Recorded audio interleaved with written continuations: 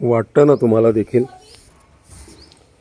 आपलं मूल मानसिक आणि शारीरिकदृष्ट्या स्वस्थ असावं, नेहमी आनंदी असावं, त्याचा सर्वांगीण विकास व्हायला हवा. तर त्यासाठी तुम्हाला स्वतःला जागरूक राहणं आवश्यक आहे. आणि ती जागरूकता अशी असली पाहिजे जेणेकरून मुलाच्या प्रत्येक कृतीवर तुमचं लक्ष असलं पाहिजे. त्याच्याशी बोलणाऱ्या चालणाऱ्यांवर तुमचं लक्ष असलं पाहिजे. त्याच्याशी कोण कसं वागतं यावर तुमचं लक्ष असलं पाहिजे. सहसा लहान मुलांना देखील स्तुतीप्रिय असते.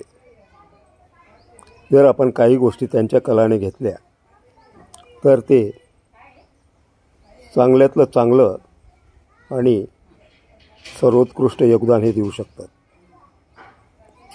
फक्त गरज आहे त्यांना समजून घेण्याची, काही गोष्टी त्यांच्या कलाने घेण्याची. काही गोष्टी जरी तुम्हाला अयोग्य वाटत असतील आणि त्या त्यांच्याकडून त्यांना समजून सांगायचे असेल तर त्यासाठी देखील तुम्ही त्यांच्यावर दबावाचा मार्ग न अवलंबता त्यांना विश्वासात घेऊन ते कसं चुकीचं आहे हे सांगणं गरजेचं आहे. आता बरीचशी मुलं लहानपणी खट्याळ असतात किंवा वात्रट असतात, पण त्यांचा वात्रटपणा जर तुम्ही त्यांच्यावर दबाव टाकला तर तो वाढत जातो. दुसऱ्या बाजूने प्रेमाने जर त्यांना विश्वासात घेऊन काही गोष्टी सांगितल्या तर ते लगेच ॲक्सेप्ट करतात. पण ज्यावेळेस तुम्ही दबाव टाकता तर त्या दबावाला न जुमानता विरोध करण्याची प्रवृत्ती त्यांच्यात वाढत जाते.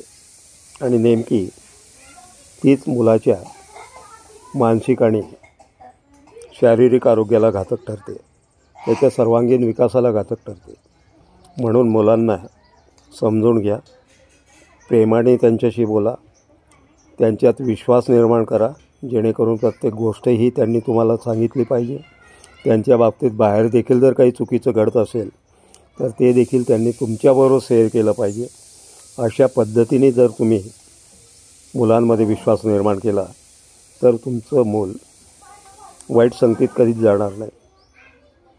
प्रत्येक गोष्ट ते तुम्हाला सांगेल आणि त्यातून चांगलं काय आणि वाईट काय हे तुम्ही ठरवून त्याच्यावर तसे संस्कार करू शकाल. म्हणून गरज आहे मुलांना घडवताना दबावाची नव्हे तर प्रेमाची.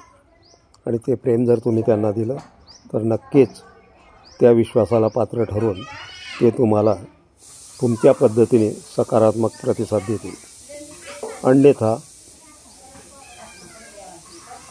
ते दुसऱ्या मार्गाकडे वळतील. दुसरी गोष्ट, तुमच्या मुलांना टोकाचं चिडवणं, टोकाचं टार्गेट करणं असं जरी कोणी करत असेल तर त्याला देखील जागीच विरोध करायला शिका, कारण गरज आहे त्याची. तसं जर केलं नाही तर तुमचं एक चांगलं मूल जे चांगलं घडू शकेल ते वाईट मार्गाकडे वळतं, खट्याळ बनतं, वात्रट बनतं, माजोरीपणा त्याच्यात वाढतो, उद्धटपणा वाढतो. आणि ते जर नको असेल तर त्याला विश्वासात घेऊन प्रत्येक गोष्ट त्याने तुमच्याशी शेअर करावी.